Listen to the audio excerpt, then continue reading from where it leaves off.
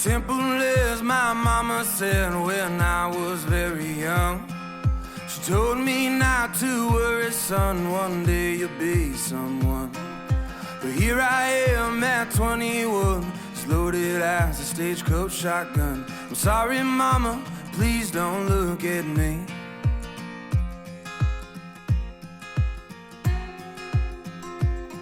When I got to Oklahoma, I was 17. My papa taught me how to work, and Lord, he was mean.